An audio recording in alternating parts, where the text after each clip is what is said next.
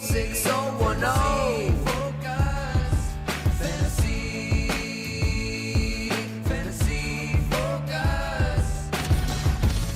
Hello and welcome into Fantasy Focus. Today's show is presented by Geico. Insurance can be hard. That's why Geico makes it easy with 24/7 claim service on the go, policy info in the app. It is easy to Geico. My name is Daniel Dopp, joined by Stephania Bell and Field Yates here for a big Tuesday recap. We got Monday Night Football we're going to dive into. We got a bunch of injuries we're going to talk about. We got Waiver Wire we're going to dive into as well, plus a fun little game at the end called Stop, Drop, and Roll, which will be a lot of fun. But first and foremost, Stephania, I have not seen you in almost a week because I have not been here. So it's good to see your face. Multiple weeks, right? Yeah. Nice to see you too. You are bundled up. Yeah, we're still fighting through. We're navigating through. Yeah, winter came early for you. You started open the show by saying insurance is hard. Do you know what else is hard? What? Mike Clay's Eagles beating my 49ers did not happen. Mike Clay and I had a little wager. I know. Have you actually paid that off yet? No, he is a good sport. Okay. He sent me a text almost immediately saying congratulations and that dinner was on him in advance of what he expects will be a rematch. We shall see. So let me ask you this then. Do you pay it off before the rematch? Because if they rematch and the Eagles win, I feel like the shine's taken off of this past Sunday a little bit, right? Yeah, no, the dinner's before. Okay. The dinner's before. There's no doubt. So I can thoroughly, I'm just thoroughly going to enjoy it. Okay. Yeah. Do you have a list of the most expensive restaurants in the area? Exactly. It's where we're starting. I don't know them, but I can Google them. Yeah, I feel like that's actually very much up your wheelhouse. I know. Right? I already have maybe I'll head to Millwrights. Oh, nice. I like it. Shout out Tyler Honestly, Anderson. Field, we really need to get you involved here because Mike's a Eagles fan. Stefania's a 49ers fan. I'm a Lions fan. You probably just need to be a Cowboys fan for the rest of the season. So actually, not a bad idea. I'll be the adopted Cowboys fan. The thing about it, though, I don't know.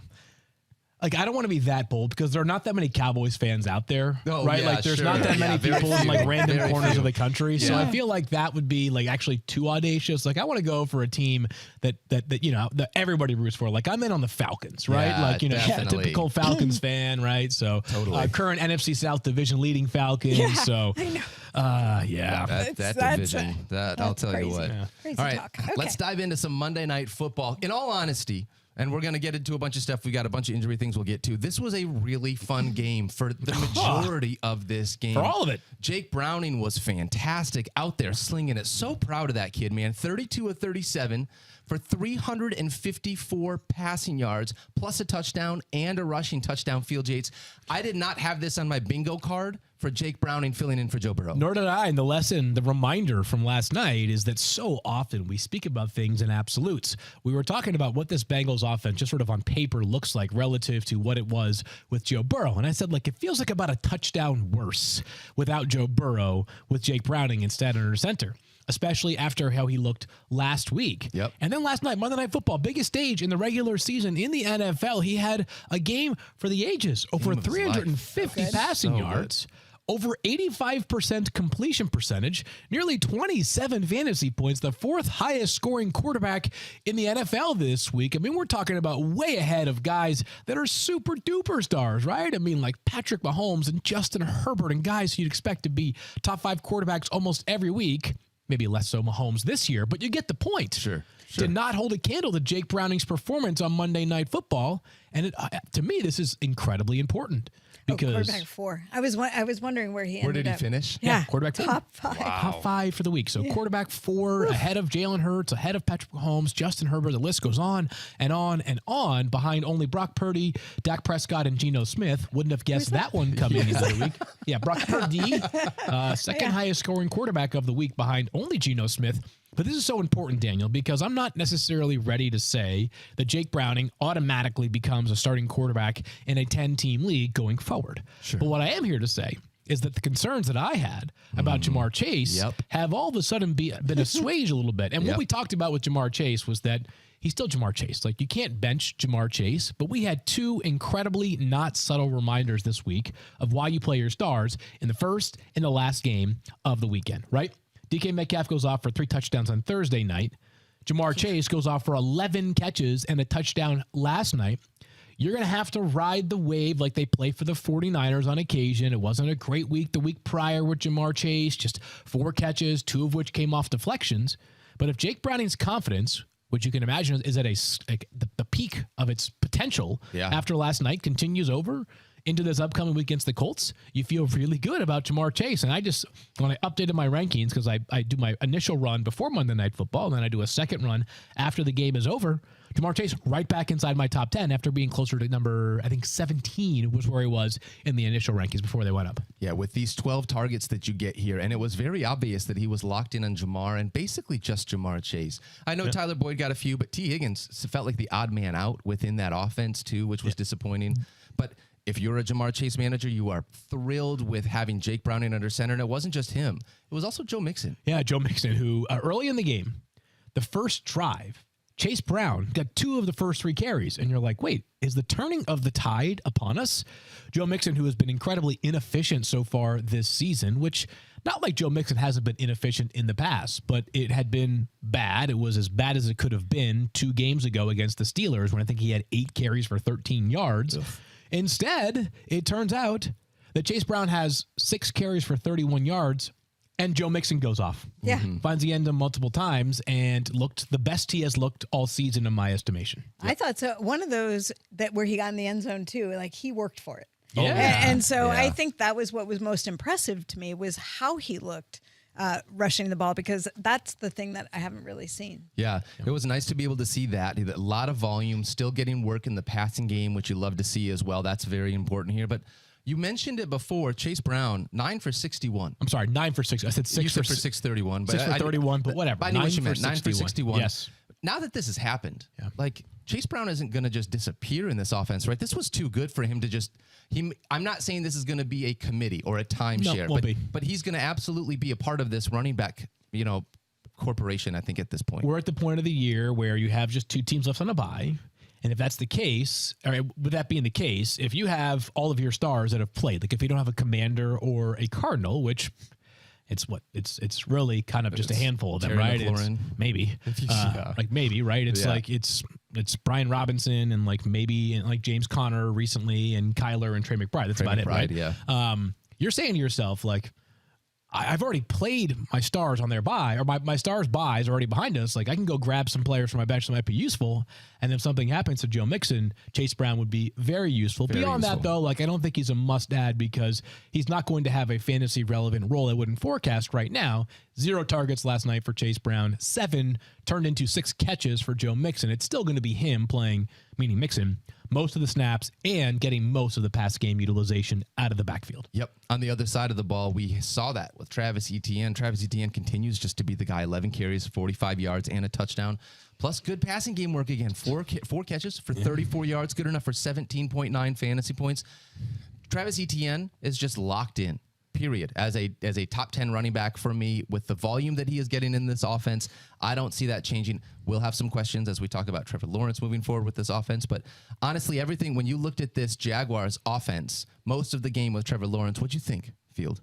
I thought Trevor Lawrence was pretty sharp until he got hurt late in the game. As Stephania can fill us in on that. This is back-to-back games now with Trevor Lawrence at 25 fantasy points or more and another rushing touchdown. So he's now got 4 in the past 3 games after being a non-factor as a runner prior to that. And with the Jaguars, one thing you like on this on paper for this team is that they're very sort of cut and dry in terms of who's going to play. Yeah. It's going to be obviously Trevor Lawrence. It's going to be a lot of Evan Ingram, 3 wide receiver sets, and it's going to be, unless someone's hurt, it's going to be Calvin Ridley, Christian Kirk, Zay Jones. We'll talk about an injury there in just a moment.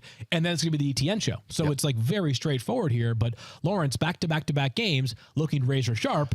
Before I can tell you he's a starter, though, in Week 14, Stephania. Yeah, well, we'll get to that in just a minute. I want to save that for when we get to the full injury roundup. But I do want to give you some flowers here, Field, because we were texting last night, you and Mike, as soon as Evan Ingram got in the end zone, it was like he finally did it, man. Finally, we're so proud of him. Happen. Yeah. We talked about it yesterday. We had a feeling it was going to happen, and it finally happened. It finally happened for Evan Ingram, and 9 catches for 82 yards. The part that stinks for Evan Ingram is that like, I hope that people don't feel like he's been a negative this year in fantasy. Yeah. Because even without scoring a touchdown in the first 12 weeks of the season, he had been so good. And he finally paid off in the end zone last night. And he is a reminder of how he is still one of the top 6 to 7 tight ends in all of fantasy on a week in, week out basis. I realized that this was only his first touchdown, but like this season is very much who Evan Ingram is. He is a chain mover. He's not a big touchdown maker. He's never been a big touchdown maker. Right. He has always been a chain mover. A lot of targets within this offense. You're going to see that potentially again this year. So very cool to be able to see him get in the end zone. 9 catches on 9 targets for him. I know, it was great. Crazy. Fantastic. Especially at the tight end position. Mike Clay would call that efficiency. That is very efficient. Yeah. You know, and just a little plug for fantasy football now, because Travis Etienne was a question mark coming into the Monday night game. We talked about it. We talked about being confident that he was going to play. There were a lot of hints from the Jaguars ahead of time that he would be good to go on Monday night. And he certainly was. And it wasn't a flag. Like, it wasn't a decoy situation. He was very much involved in the game and looked good. So I think that's a good sign going forward as well. Heck yeah.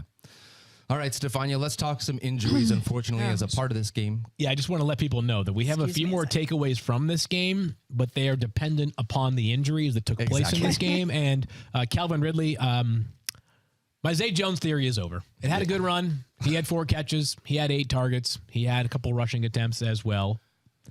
I'm not sure what to tell you on Calvin Ridley. He had a long catch at the end of the game that didn't count because of a holding penalty. Yes, that's correct. That would have felt really nice. That would have made you feel like the Zay Jones theory held up. A little bit. A very weird end of this game. Goes into overtime. I mean,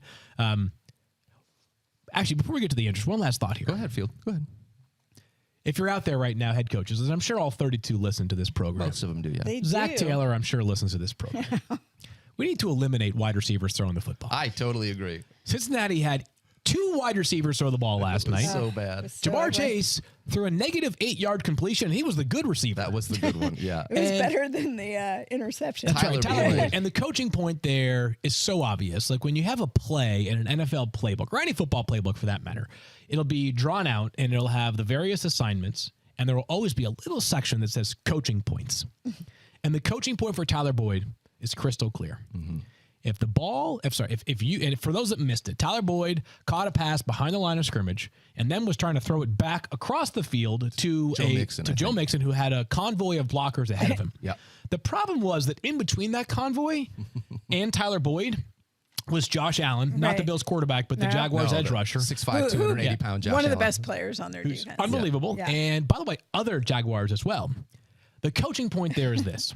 If you see trouble, you take the ball, you look the other way, and you throw it as far as you can into the stands, and you get fined if that's what it comes down to, or you take a sack. I never understood this, Field. I love that you're saying this. So many times I watch what seems like a wide receiver get the football or a running back get the football. It's supposed to be a pass play. And then it's like when the play's not there, it's like, why don't you do what the quarterback does? Throw it out of bounds. You don't lose yards. You don't get sacked. You don't run out of bounds 15 yards behind the line of scrimmage. What are we doing here?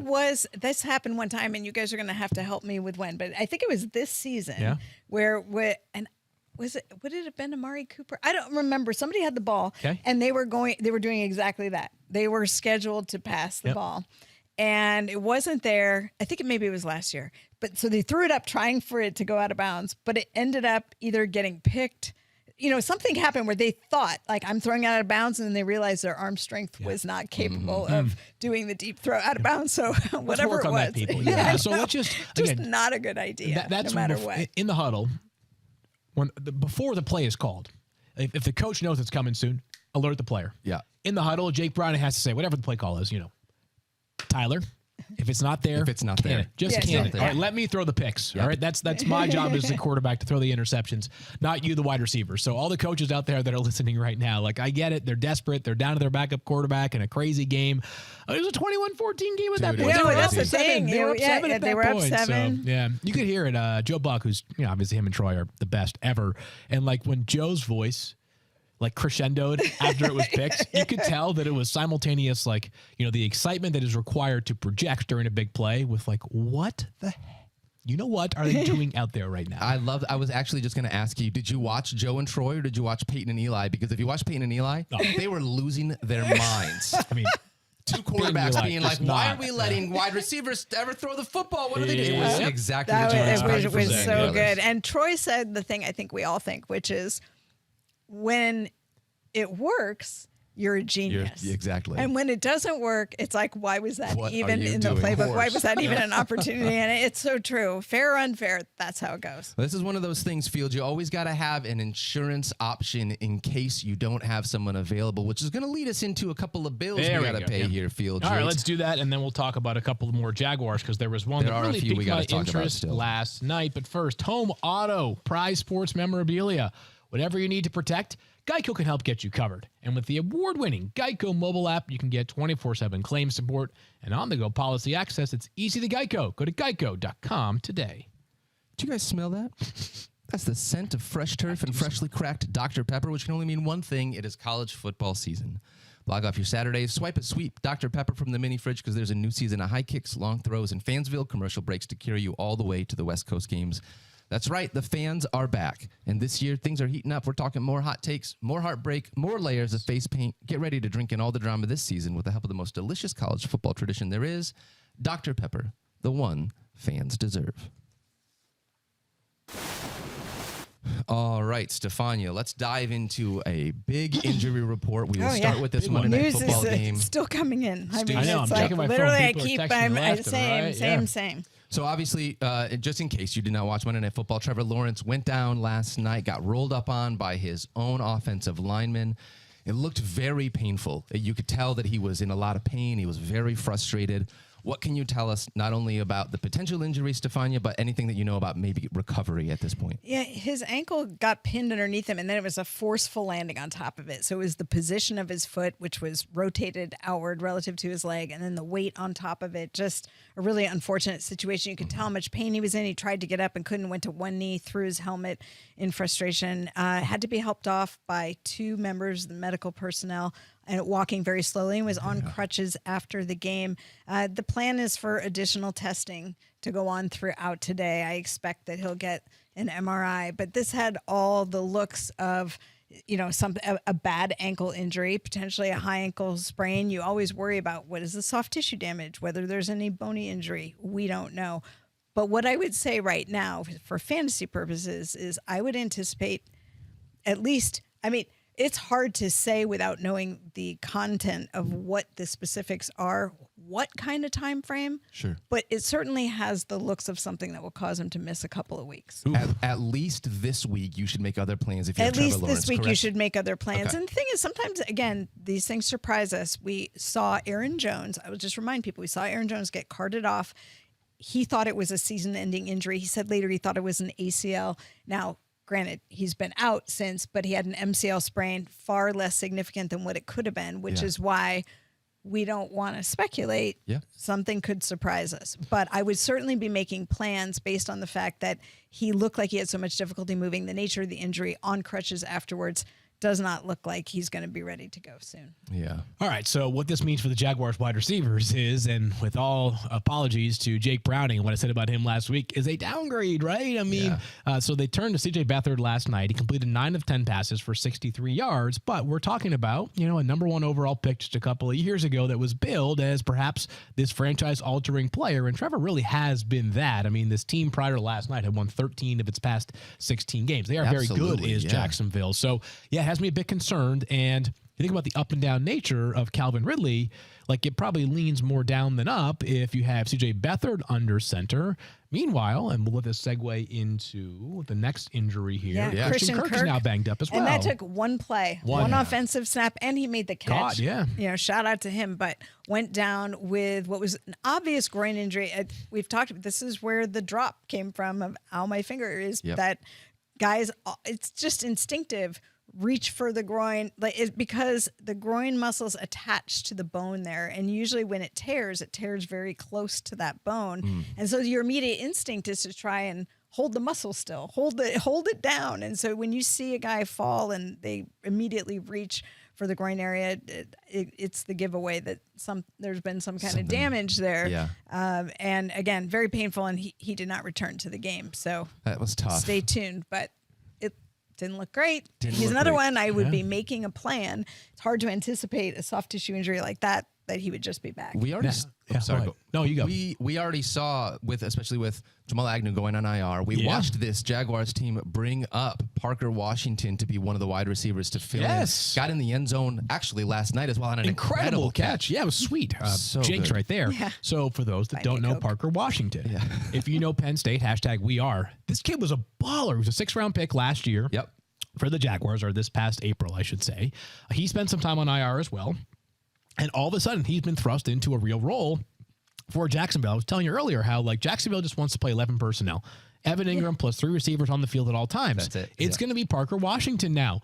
You have my attention, Mr. Parker Washington, in a deep league. And I need to be careful because I understand that so much of our audience is geared towards probably people playing in 10 or 12 team leagues. I'm not at the point where I'm playing him in a 10 or 12 team league. But if you're one of those maniacs like us who is sitting there on the waiver wire in the Scott Fishbowl trying to decide whether we want to pick up Peyton Manning or Dan Marino as our quarterback fill-in this week, then you do consider crazy things like potentially playing someone like Parker Washington, and an interesting dynasty name to note as well. We have no idea what's going to happen with Calvin Ridley, but Ridley a free agent this offseason. Zay Jones going into the final year of his deal next year. Parker Washington, a name to keep an eye on, was really good last night, and I think it's going to have a real role in this offense going forward. I don't think the fact that he hasn't been playing much is exclusively because of the injury. It's just because they have a really good receiver depth. Yeah. And they have remained remarkably healthy compared to some other teams at that position. Yeah, rostered in 0.0% of leagues, so completely available in every league. That's actually not true. He is rostered in 1 league. Oh, yeah? Not me. Josh Dobbs rosters him. Do you know why? No, why? They're cousins. Shut up. Cousins. That's so dope. Josh Dobbs, Parker Washington. Yeah. Is Parker Washington also an aerospace engineer? I don't know about that. It was actually Parker's sister works in scouting in the NFL. Really? His sister is a rising star for the Bears. Family. Yeah, very much an NFL family. Okay. So that's incredible. A lot of a football family in there. Yeah. Sister Ashton works for the Bears in their scouting department, so they've got plenty of football in this family. Wow. Cool story. That is a really cool story. I love these full circle stories, too. as you Love guys that. know. So maybe two. Maybe Ashton plays I don't know if you can play fantasy football as a scout or not. Scout? Yeah.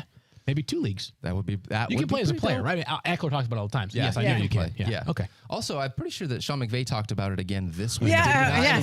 Well, So I mean, he pretty much did. He's Kyron Williams on his fantasy team. And I'm kidding. I'm kidding. Guys. Sean's the best.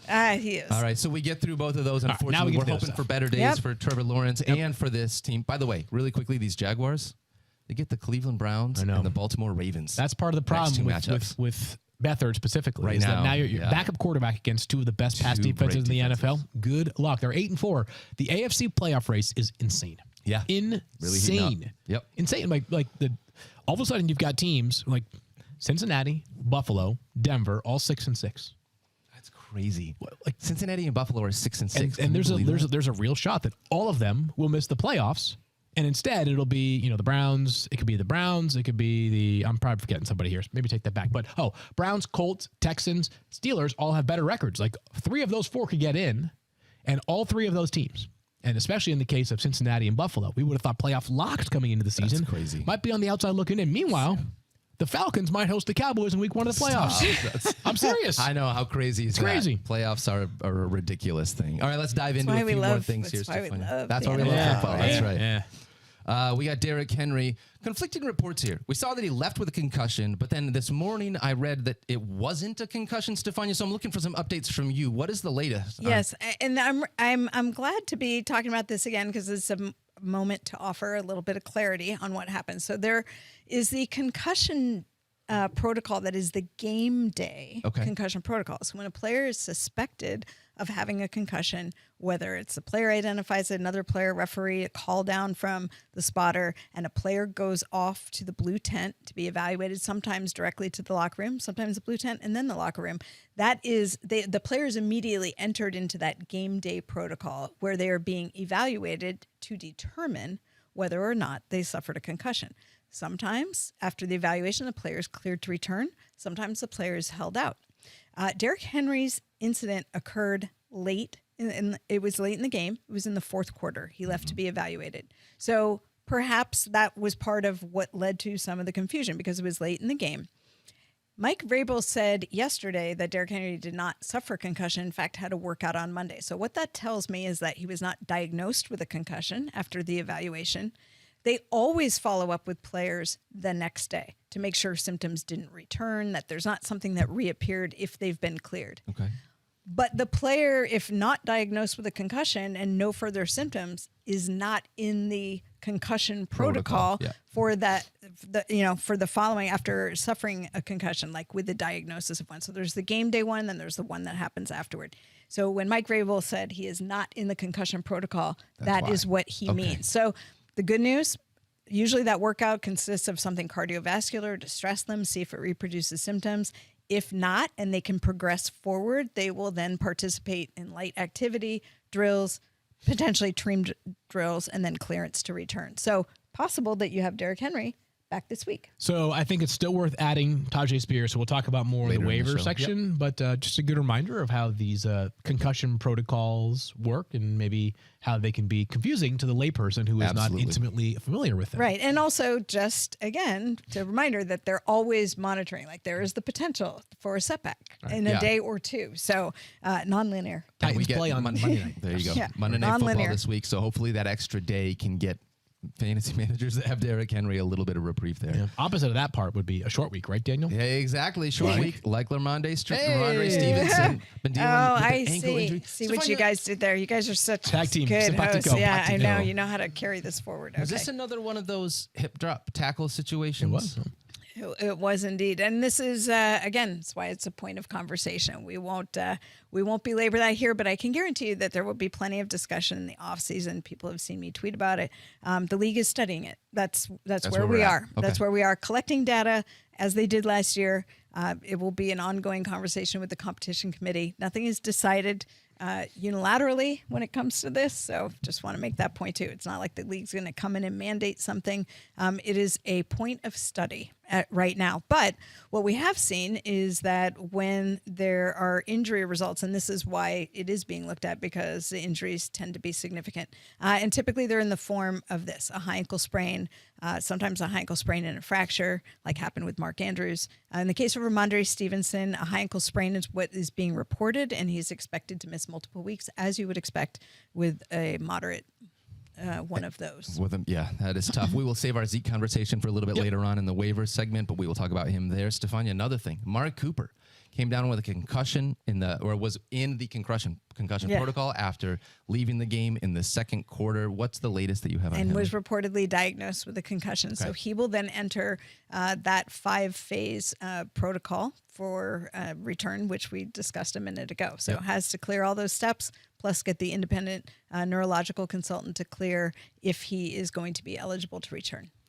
Since Deshaun Watson went down, Amari Cooper is wide receiver 65, averaging 5.8 fantasy points per game. Without Deshaun Watson under center, Amari Cooper has been really tough. We'll talk about potentially Elijah Moore with Joe Flacco under center and waivers just in case we have no more Amari Cooper this week as well. Stephania Hollywood Brown came into this game dealing with a heel injury, then left with a heel injury. Was this the same heel or is this a different heel? It sounds like it was an aggravation of the existing problem, but he had come in with an issue the week before and played through it. Mm-hmm. So I don't think there was much concern initially, but then ends up leaving. And so stay tuned. We'll find out this week. Yeah. They're on a bye this week, actually. So probably that's right. They're one of the two off. Teams that's left. Right. Yeah. Arizona and Washington. Yep. So no Hollywood Brown practice update this week. And he has 2 or fewer targets in 3 of his past 4 games. Bad. As a matter of fact, 0, 1, and 2 targets in 3 of his past 4 games. So we thought they were finally, catching fire. Yep. Kyler Murray being reunited, but catching fire. Well, and Trey McBride came into that game hurt, and you wouldn't have known it. Didn't look it. No. So, and unfortunate for Hollywood Brown, who's had his share of lower extremity injuries, but. Another wide receiver, Stephania, and this one just really sucks. We talked about it yesterday really quickly. Tank Dell, fractured fibula, is going to be out for the season. He has been unbelievable as a rookie. When you're looking at what it means as far as surgery and recovery for an injury like this, what are we looking at for Tank Dell? Well, they've already reported he's done for the season. He had his surgery on Monday. It was, if you saw the injury, he just got pinned in a really awkward way. I mean, bodies just don't bend like that, unfortunately. Yeah. And when you're, this is always the worry is when your foot and ankle are trapped, there's just nowhere for that energy to go. And that's what usually ends up in the bone failing and you get a fracture. He had surgery. The good news is recovery from this is strong. There's a strong history of this. He's young. And he's got plenty of time. So being done for the season gives him all of this time to recover for next year. So very good outlook for him going forward. Just feel for him because he was having such a terrific season. This is probably a dumb question, but a lot of times when players get hurt right now in December, it's like we're worried about, like, are they going to be ready for training camp? But a lot of times we're talking ACLs, MCLs, stuff like that. When it comes with a broken bone, you're not worried about that kind of timeline, are you? Like, don't bones heal faster, or am I just... No, they do, and there's a more predictable pattern for bone healing. Okay. So when there's a fracture, we talk about a 4 to 6 week recovery for bone to heal. When you have surgery, it means that they needed some kind of hardware to stabilize that fracture. And usually, it depends on where you are in the seasonal calendar. Sure. That often drives what you can expect. But in the case of this type of injury, it's not just the bone healing. It's then that you have to get the joint mobility and you have to get the strength around it. So whereas someone like Dallas Goedert could potentially come back after a fractured forearm because it's really just get the bone healing and there's not too much you're worried about in terms of muscular involvement. You don't need explosiveness with your right. arm. And this, when it's a lower extremity ankle injury, like Tony Pollard, who had a fracture with his injury. And remember, it took quite a few months as a running back to get back everything he needed, even though the fracture itself was well healed. Sure. Okay. Thank you for asking, and not a dumb question. No such thing. Last one that we have. Well, I'll put that to the test. I was going to say, I'm sure I can get you some dumb questions. One more is Kenny Pickett underwent ankle surgery, out for the season. Same question kind of as Tate. Oh, we shall see. Not for the season. We shall see. All right. Mike Tomlin said it was not season-ending, right? Yeah. Well, and so here's the thing. Do we trust Mike Tomlin? What's his coach speak index? No, strong. Mike Tomlin's coach speak index is strong, but also he did describe it as ankle soreness coming into this, and it had to be a little bit more than just sore. That's the based most on sore what ankle ever. Right, and he probably was dealing with something that was a little bit more than soreness. But hey, when you're talking about low grade joint sprains, the common side effect is that you're sore. So fair enough. That being said, he got his foot in an awkward position, that stress, that high ankle area. He ends up with a high ankle sprain that is severe enough to warrant surgery. Underwent the tightrope procedure. We've talked about this before. Mm-hmm. Cooper Kupp is one of the players that we talked about when he had tightrope surgery. Now, when you have these type of ankle injuries, you're really looking at the spectrum of what was involved. And if it was really primarily ligaments at what we call the syndesmosis, which is where the two lower leg bones join together. It is a word. Then the tightrope procedure, the idea is that you're basically stabilizing that area immediately by putting that little construct in there and reinforcing it. It helps provide stability while the ligaments continue to heal. But that stability allows you to then move through the rehab process fairly quickly. So the wound's got to heal. Then you start getting aggressive with the rehab. It's possible he could return within a few weeks. And Kenny Pickett had the same injury to the other side when he was at Pitt, had surgery, came back in 26 days.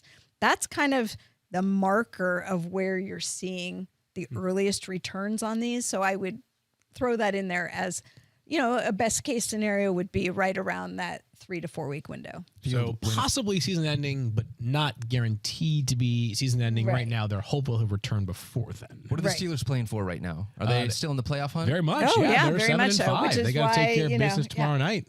Thursday night against the Patriots. They're playing in Pittsburgh. That's a winnable game, obviously. I think winnable game. It's also important. He obviously was in a lot of pain after this, so it may have been that this was the number one route to go anyway. But by doing this quickly, it also helps facilitate his chances of being back sooner. Like, it's not like, well, let's see how you do. And they also potentially had given him a chance to see how he did. And then in that game, immediately it's worse. It's like, okay, we got to take care of this with surgery right now. Football's weird this year, man. I don't like there have been so many crazy storylines. Like, I can't believe that they're 7-5 and the Bills with Josh Allen, who is not hurt, are 6-6. Yeah. Like, what a weird. So many weird things to look at this year. Stephania. Check the quarterbers they've played, and that will describe to you why they have been different. A little different. And then, of course, the Steelers draw Bailey Zappi on Thursday night. So. Yeah, that's, and the Steelers with Mitch Trubisky against Bailey Zappi. And coming off of a 0-point performance. That Patriots offense, How's that game look? Those Thursday Island games where it's Bailey Zappi versus Mitch Trubisky is going to be a tough one for me. We might need. This is where we needed 2 Thursday night football games rather than 2 Monday night football games. This is where we needed to live on the West Coast. So at least the game starts at 5:30. You're right. Right, or I'm not 5:20. staying up until 11:30 to watch this. All right, follow Stephania at Stephania_ESPN on the X for all of the injury updates throughout the week. We're going to continue to have more as they trickle in. Let's talk waivers, though. As a part of this, Stephania, obviously you're trying to replace some of these guys that we just talked about. He referenced Fishbowl earlier. I was like, maybe I was looking at Chase Brown as a desperation pickup, to add to the list. Because Stephania's still in the playoffs here. So are you. Yeah, that's right. But you're at 155th overall after we're second round. So you've got yourself a nice little 222 point buffer to work with going into round 3. I've been navigating injuries. It's the biggest drop-off this upcoming week. So 500 teams will be eliminated this week in the Scott Fish Bowl. So hopefully Stephania and I are part of the 500 hopefully that are not eliminated. Al Shout out to Zeidenfeld Scott Fish there. and Fantasy Cares, by the way, for all the good work that they do. 100%. My cousin Griffey, who, of course, if you listen to the show, you've heard of, he's so eliminated by minus 0.88 points. Oh, that's terrible. Less than a point away from advancing. So, and he might be the nicest person on the planet. You guys think Field is nice, but I'm here to tell you that it's I learned from I lived everything I know from that man. And just so positive and we need more of those in our world. Yes, we sure do. All right, let's talk some Week 14 buys. We mentioned it. It's Arizona and Washington. So you probably don't have a lot of your roster on bye this week. Not guys that you were starting anyways. Yeah, and good matchups for a lot of the quarterbacks too. But Trevor Lawrence would be one that would. I was just going to say, if you had Trevor Lawrence, Field, we're talking about it, and you got to replace him. Waiver wire, Week 14 at quarterback is disgusting. It is, but picked a guy. Yeah, who are you picking? It's probably after last night. It's probably Jake Browning after last night. They play the Colts this weekend, an inexperienced cornerback room still, and you have to be careful, like putting too much stock into one game. We learned that last night because of the fact that we thought after one game as a starter that Jake Brown might have been burnt like toast. Instead, he balled out. And the question is, which version of Jake Browning is real? I tend to think when you have two extremes, it nets out somewhere in the middle. But Jake Browning, I would just say this. Relative to other quarterbacks that are available as streamers, he has just a teeny tiny touch of rushing ability. And he's got Jamar Chase and T. Higgins and Tyler Boyd and an offense that with the pieces around him can be pretty decent. So he will be my pick. Gardner Minshew also on the map. With Minshew, was such a roller coaster. This past week was a good example of it, but they play a ton of snaps per game. Yeah. They throw the football aplenty per game. So I think you have a superior option on your roster with quarterbacks that have been trending up, like Jordan Love is an example, and guys that I think, Matthew Stafford, even in a not great matchup, he's been better of late. I think this is probably a start who you've had in your lineup kind of guy. Rather than go to waivers, if you can at all help it. Because if you're the Kyler Murray manager, you probably had a plan pre-Kyler, right? That's fair. So, that is very fair. If you do have to roll with a guy like Gardner Minshew. Continue to cycle through quarterbacks. I wonder when we get to the end of the season if we will have started, if it will set the record. We still haven't. Close, we're close. That extra week helps too, right? I was wondering if Jake Browning, I was refreshing my memory that he did play for Washington. I was like, was that University of Washington? That inspired. That's right. That's right. Inspired, right. Yeah. Inspired football because, we shared this stat previously on the pod, and then it was shared again last night by Joe and Troy. Jake Browning threw 91 touchdowns in his final year of high school football. Yep. I know that there are some gargantuan high school football numbers, the Derrick Henry stat line as an example, but 91 in like a 12-game season is bonkers. That's almost as good as Barry Sanders' final season at Oklahoma State. Yeah, that was pretty crazy. That was pretty cool. Yeah. But seriously, Jake Browning is incredible if you need a quarterback potentially. Was incredible last night. Yeah. I feel like, calling him incredible is like... was incredible last night. I don't want to be disrespectful, but I hope he's incredible going forward. Also, shout out to Joe and Troy, obviously listening to the podcast, using our stats on the Monday Night Football broadcast. I got to figure they're both big fantasy guys on top of being legends. Definitely. There's meat this week on the running back waiver wire bone. Yep. I think there's one guy that if I need someone if you need week 14, right now, if I'm looking at the waiver wire. There's one, no ifs, ands, or buts about it. Correct. There's a guy you start this week, and then I want to talk about some guys as you're loading up for maybe the playoffs field. You want some high upside guys? All right, so let's start with this week. It's got to be Zeke, right? It's Ezekiel Elliot, who, of course, will take over for Ramondre Stevenson as the Patriots starting running back on Thursday night. This team is dedicated to running the football because they can't pass it right now. All jokes aside, they're a very run-heavy team. And by the way, pretty effective running team so far this season. They have the 5th best run block win rate this year, so they can run the ball in New England. And the Pittsburgh Steelers team that they play on Thursday night, probably not going to be playing with like a 20-point lead unless the Patriots implode offensively and TJ Watt returns a touchdown off of an interception or a strip sack or something like that. Zeke has been good this year, too. Like, I know the Patriots are bereft of bright spots on offense for the most part. Zeke has been one of them. Last week, Ty Montgomery was active, played a little bit. We have not seen Jermichael Hasty play yet for the Patriots. I would suspect that on Thursday night that Kevin Harris will be promoted from the practice squad. But I think the reaction that I just saw from the room was like, who, and who? It's the Zeke show on Thursday night. Yes. Michael Hasty. Yeah. Yes, that's right. Former Niner, of course. Yeah. So my guess is it'll be a heavy dose of Zeke on Thursday night. 21 touches this game. 69% of the snaps this past week. I think we'll see Montgomery in probably like that third down role, but Zeke should get the bevy of the work of the backs. And you mentioned that the Patriots are running a bunch over the last 4 weeks. Since week 10, Patriots are averaging 33 carries per game. That's the 4th highest clip in the NFL. When your quarterbacks are as bad as they are, all you want to do is run the football field. And we said this stat yesterday on the show, but it's so crazy that you have to repeat it. They've allowed the fewest points in the entire NFL over their past 4 games, and they're 0-4. Like, we're not talking good defense. We're talking elite defense. They're allowing, I think, 10.5 points per game. They did not play like, Patrick Mahomes and Josh Allen every week of those 4, but still, like, no, they played Justin Herbert last week. Who's really good, right? And like that Colts offense, which, as we know, can score points in bunches. Yes, the Giants not so much, but still, it's not the defense that's the problem. It's the offense. But the running game is the only thing they have going for them right now. Other names for this week, Daniel, I'll just quickly mention. We talked about Derrick Henry earlier. Tyjae Spears, obviously, the next man up, the only other Titan running back to carry the football even once this season besides Derrick Henry. We'll monitor the Henry injury. The first update will come on Thursday as they play on Monday night. Sounds like there's a chance Derrick Henry will be available. Yeah, I think it sounds like there's a good one. Yeah, good chance. So, but that would be more of a just-in-case ad for Tyjae Spears. Yep. And then do you want to do the 2 commanders right now? We can do the 2. I want to ask you if you're looking at this for the future, because you don't know if you're grabbing Tyjae Spears, that's not a guarantee you're going to get fantasy points out of him this week in the way. No, it's not like full-time starter fantasy points, right? Because we're not sure yet. So when I look at him, Tyjae is a guy that I definitely think needs to be added. I also feel like he's sort of in that same Chase Brown role. Though. Like, both of those guys are, even if you can't use them this week, for what you're doing for the fantasy playoffs, there's upside in those running backs for the second half of your playoff push. Let's talk about some of it. I'll try to do this off the top of my head. Some of the most important insurance backs in the NFL that aren't already rostered in a bunch of leagues. Zeke, probably near the top, right? Yeah, I mean, given the fact that he's available in so many leagues. Tyjae Spears, extremely valuable. Yep. Chase Brown would be very valuable. I'm going to try and pull a few more other names that might come to mind. We'll talk about Antonio Gibson in just a second, with Brian Robinson currently dealing with a hamstring injury. But, like, those are some of the names that I think are important to keep in mind right now. I guess Tyler Algier, to a degree, if something happened to Bijan. But Algier is probably rostered in the decent clip of leagues. Probably. Yeah. So, the Elijah Mitchell would be one out in San Francisco. Oh, yeah. Sorry, Stephania, for mentioning it. But that's the point, is that, like, you're at the juncture of the season where bye weeks are, for 30 out of 32 teams behind us. That if you don't, like, if you're just sitting there with, like, 3 receivers that don't play for you on your bench, and you rather grab a backup running back who, if he has to start, would have a big role, go for it.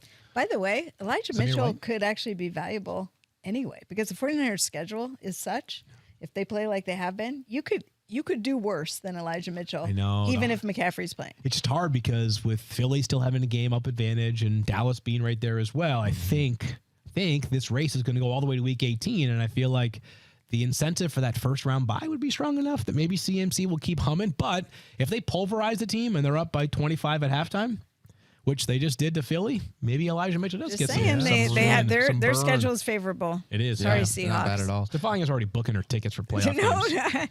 Listen, I know better. Keaton Mitchell is just another guy. Like I feel like another insurance back. End of bench stash there. But we're going to talk about the Commanders running backs. They're on bye this week. They are, yeah. Right. Part of the reason why we're talking about them, Stephania Brian Robinson came down with a hamstring injury in the middle of this one. Right, and hopefully not really impactful. Well, here's the thing: when you see a lot of times there's this. A delay between when we hear that a player's been removed from the game, they go into questionable to return. Brian hamstring. Look, this is what's happening to me in week 14. Brian Robinson was ruled out fairly quickly. And I have it at halftime. Yeah. And that's why I always, that makes me a little more nervous. Yeah, I wasn't sure because nothing happened. Like, he finished the first half, went in for halftime, and then they were like, you're done. So right. And so it's not a ton of information, but that's the kind of thing that you work off of when you're trying to gauge things. There was no ifs, ands, or buts about it. He was not going back out. Antonio Gibson would be the lead back for the Commanders if Robinson's unavailable in Week 15. I do think, though, that Chris Rodriguez will have enough of a role. 10 carries with minimal passing game utilization. Yeah. But he will carry the ball a decent amount because I do think they like Antonio Gibson in that passing game role. It's one of his strengths as a former college wide receiver. I would like for them to like it a little bit more if I can speak that into existence. That's one of the things that we would love. That was something in the preseason that they teased us with that it was actually going to happen this year. I was thinking the same thing, like, is this what it takes? Maybe. Can I rip through waivers so that we can get to your stop, drop, and roll? Yeah, let's do it, man. Okay. If you wide need a wide receiver receivers this week. Yeah. So Curtis Samuel's on bye, so not obviously no utility for this week, but of course he has been much, much more productive than Terry McLaurin over the past couple of weeks. Things I was not hoping to say at Week 14 of the NFL season. 3 weeks inside the top 20, another week inside the top 25. I mean, Listen, you need a dart throw. There's a reason why you can trust Sam Howell continues to lead the NFL in passing attempts. Someone's got to catch the ball. Curtis Samuel on the radar. Elijah Moore had 12 targets this past week for the Browns. Mari Cooper, of course, now in the concussion protocol. That puts Moore into a primary wide receiver role within this offense. Yes, they want to run the football a ton, but Joe Flacco opened up that passing game pretty impressively this past weekend. Threw the ball down. A lot of air yards there. So I wouldn't be surprised if Moore has another 8-target game. That's useful in Week 14. And then Jonathan Mingo, who's got back-to-back games, so 4 straight games of at least 6 targets, 6 catches, 69 yards. He now leads the NFL in terms of targets without a touchdown this season. So finding the end zone is difficult for basically every Panthers player. That being said, Jonathan Mingo on the radar if you are playing in a PPR league because the volume's pretty good. And then I'll mention 2 tight ends. Brevin Jordan for the Texans stepped into the role for Dalton Schultz last week. He did have 3 catches. He is a very athletic guy, so that helps for big play upside. He plays with C.J. Stroud. They play the Jets this weekend. If you're going to throw against the Jets, you prefer not to throw it to the wide receivers because of Sauce Gardner and DJ Reed. And then Harrison Bryant, just in case, maybe he and Joe Flacco, did he most targets he's had all season? Joe Flacco, when Joe moved to Cleveland, is that the reason why he had 5 catches for 47 yards and a touchdown this past week? Maybe. Reminder, he was the John Mackey Award winner, given to the best college football tight end the year prior to Trey McBride. Wow. Okay. A little fun fact for you. I actually really like that Harrison Bryant, 5 targets. I like the idea that at least you're seeing some sort of uptick in usage there, although I'm just nervous about Joe Flacco. I realize he's out there doing stuff, but it makes me nervous to trust a Browns pass catcher. At least he'll push the ball down the field. Yes, he will. He's their number 2 tight end. You certainly probably have better options there. Michael Mayer, who's back from a bye this week. Tucker Kraft from the Packers, with still no Luke Musgrave and the way that Jordan Love is playing. Dallas Goedert could be back. Dallas Goedert, yep. So that'll help. I actually think that there's a really good chance that he's back against the Cowboys. Seems to be their big plan game for the Eagles. Totally. What about Darren Waller? Last one I'll ask. This was not on the sheet. I'm totally bringing this up last minute. Is there a chance he's able to return? He's technically eligible. He's right. He's technically eligible, but as somebody who had some investment in Darren Waller, and given the fact that he's now had injuries to both hamstrings and it's been problematic, it's not where I'm investing my chances. The tea if leaves I'm moving towards the playoffs. And the tea leaves are pointing towards another week at minimum. That's where they are pointing towards right now. To see. Worth noting that the Giants, who placed Darren Waller and Tyrod Taylor on IR at the exact same time, announced yesterday that Tyrod Taylor has been designated to return. No word on Darren Waller. Doesn't guarantee he won't play this week, but you kind of just stack that on top of some of the stuff that I continue to hear. And I think Week 15 is a more likely target than Week 14, but we'll see. We should also so I would go back to just with his history and how difficult this particular injury has been for him. I wouldn't feel great about starting him in your fantasy fantasy playoffs. Yeah, it's a tricky one because you're right. Fair. It's not like it's been great. I think that it's a matter of how you view it. If you view it through the prism of what you use to invest in him, doesn't feel good. It doesn't feel good. Yeah. If you view it through the prism of it's him or maybe Harrison Bryant, it feels a little bit more optimistic. Sure. You know what I mean? So it's kind of how you look at it. Gonna, silver linings. Listen, I know waiver these wire are ads choices go. I am making as we speak. So it's wait until you at least know that he's been practicing fully. And I just don't feel that we're going to get a good vibe on that. Yeah. We're supposed to see Justin Jefferson back this week too, aren't we? That we are. With the bye week last Sure week. Hopefully, ideally, we get him back in our fantasy lineups. That will be something. It'll be a fun one. Gosh, I hope it's not too little too late for everybody out there. I know, right? Love to see it. All right. We're going to dive into a new segment this week called Stop, Drop, or Roll. Here's the premise of this field.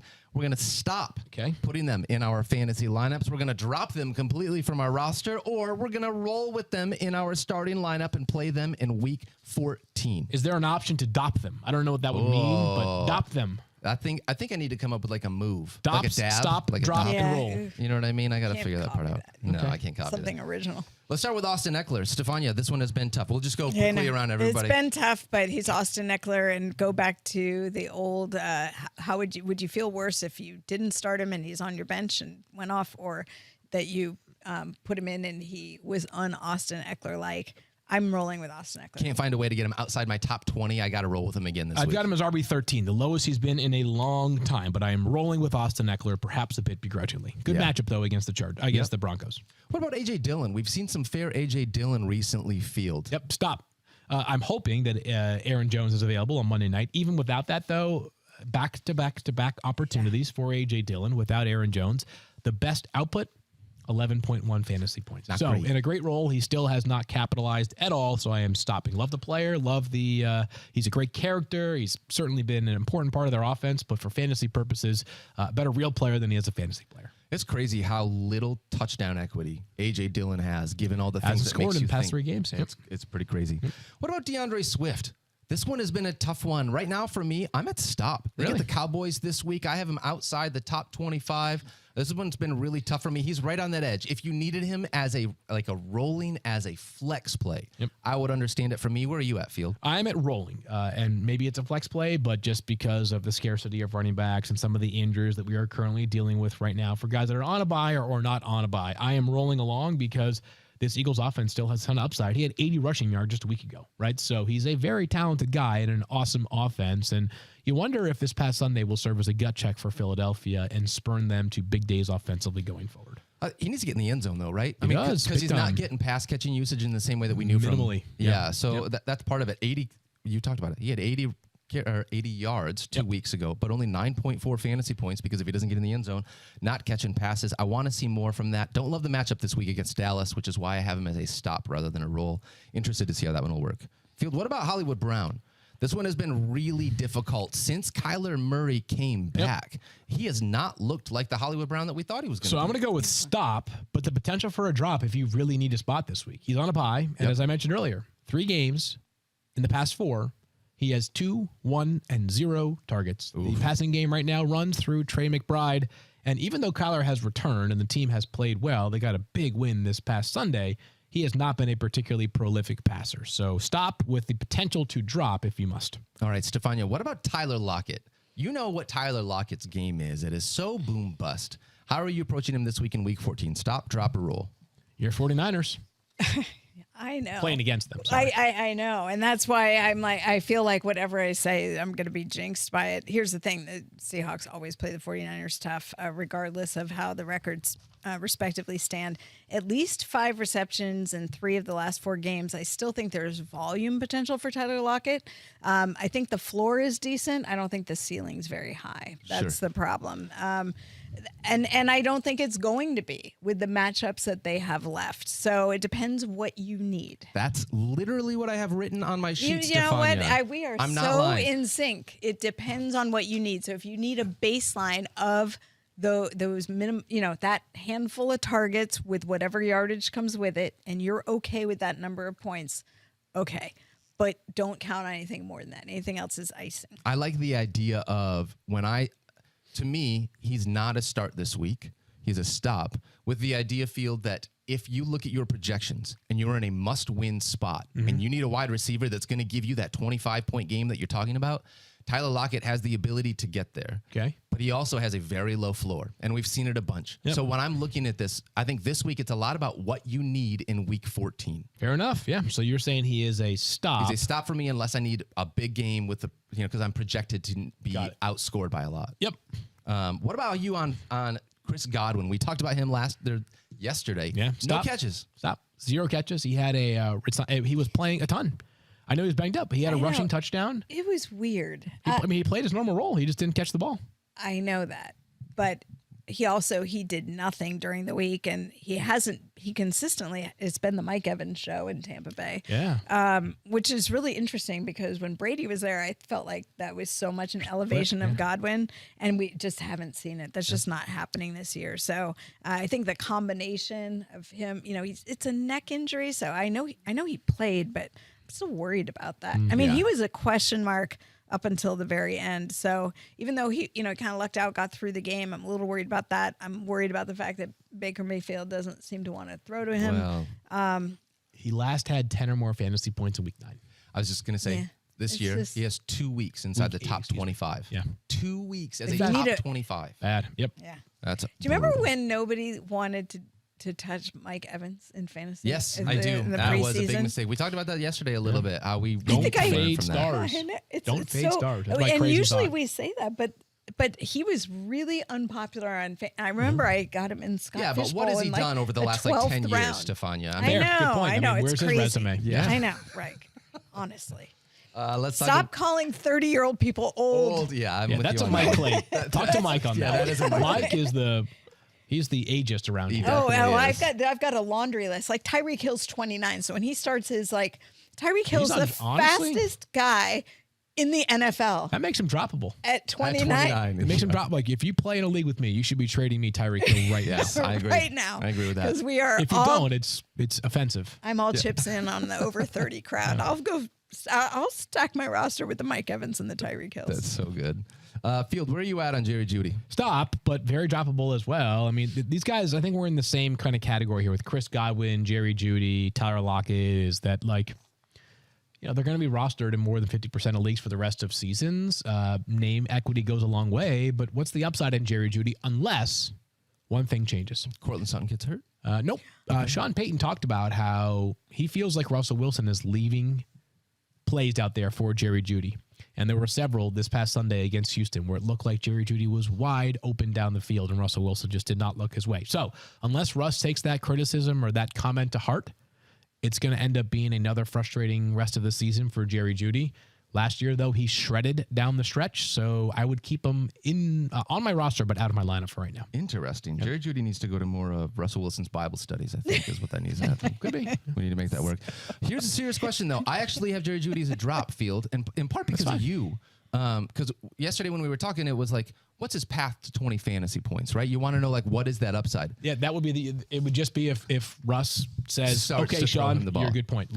Or Sean says, maybe rather than leaving it up to Russ, I derive some of these big shot plays for Jerry Jeudy myself. Sure. I mean, in that game against Houston, Russ had at minimum three plays where literally it was take the snap, look left, and just throw the ball as far as he possibly could to Courtland Sutton. Mm-hmm. Maybe you just call that same play, but for Jerry Jeudy on the opposite side. And hope for the best. Man-to-man coverage, you just beat him. What's Jerry Judy's highest finish this year? I'm going to go with wide receiver 22. Wide receiver 29. Wow, that's depressing.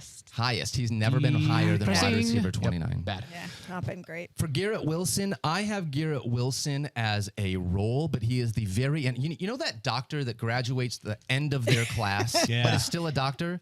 That's Garrett Wilson for me. I don't know that. I'm sure Stephania would know. Is there a name for that person? The opposite of valedictorian? Yeah, exactly. MD. There you go. Doctor is the name for that person. Yeah, good call. But that's where I'm at with I don't know. I don't know how I go and away from Garrett Wilson. I feel bad even using that analogy know, because but he's so good. Yeah. And it's not his fault. He's a desperation flex play for me. It's just He's like Jamar Chase, right? You see the talent. You know he's there. The difference is I just want them to throw the ball to Garrett Wilson 12 times a game. Yeah, but you got to have thinking somebody about who it. can throw the ball. And now they may not have any they don't have quarterback. anybody. It's Right. I was crazy. just going to say, at least I think the person who's in the it should be the quarterback who's in quarterback school but still gets a QB or at the bottom of the class. Yeah. That's what they have, and that's why Garrett Wilson cannot thrive. It's so Garrett bad. Wilson is the patient who's getting taken care of. That's right. By the doctor. Exactly. That's what it is. All right, last one here. Stephania, Adam Thielen. He looked fantastic. I'm tired and punchy is what I am. That's what it is. That's what it is. You stopping, dropping, or are you still rolling with Adam Thielen this week? Probably still rolling. The volume has been fairly consistent. 10 plus targets in 4 of his last 7 games. Yeah, I mean, it's just good.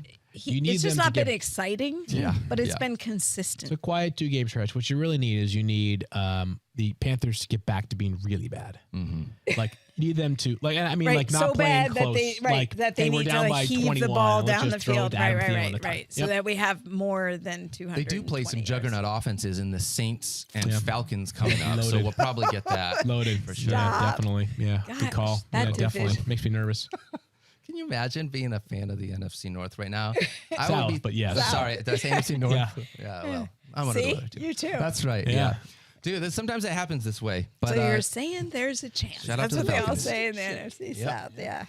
all right, we're gonna be back tomorrow, Wednesday. You don't tell people how the fact that you guys have already clinched a spot in our show league? Oh shoot, we got a show league. Well, I didn't want to brag. I kind of felt bad Well, about it. you and Stephania, I guess me technically, but we now have these What do you 6 mean teams technically? in our show league. It's all Of technical. course, so Daniel and Stephania have don't have a actually committee already voting us in, clinched- do we? That's a good point. No, well, here's what I mean is that Wow. Daniel and Stephania locked in. Daniel has a very good shot at the 2 seed. Stephania competing for the 3rd seed. Meanwhile, I am 5th or 6th seed, depending on what happens this weekend. The only way that I miss the playoffs is if I go 0-2, and Liz Loza leapfrogs me by going 2-0, which would mean winning her individual matchup and outscoring my team by 100 points this weekend. So, Oh, wow. absent a miracle, I am in, but crazy things happen in fantasy football. So, Yes. Can I speak about one of those crazy things? go for it. Yeah, If do you whatever look want. at that list, it was just up on the screen. Mike Clay is at the bottom of it. No, he's not. No, he's not. Oh, you're right. It's Eric Moody. Mike Clay's 11th. Okay. Congratulations on not being last. Yeah, but his Mike. team is trending up with recent performances from Christian Watson and Garrett Wilson. Christian Watson. Christian That Christian Watson is his downfall in That the show really league. is. That really is. So my team, but I hitched really his can't horse to brag. the My wrong team started- wagon. Yeah, I'm 10-0 to start, and I am 3-13 since. Do you need a pep talk? Does your team Yes, I a need pep many talk? of Yeah, them. we need to Yeah. upgrade So I'm your- going to I am the definition of the NFC South this year. That's I who got I am. pummeled at the beginning. I was the 49ers in Rounding the first into quarter. form. Yeah.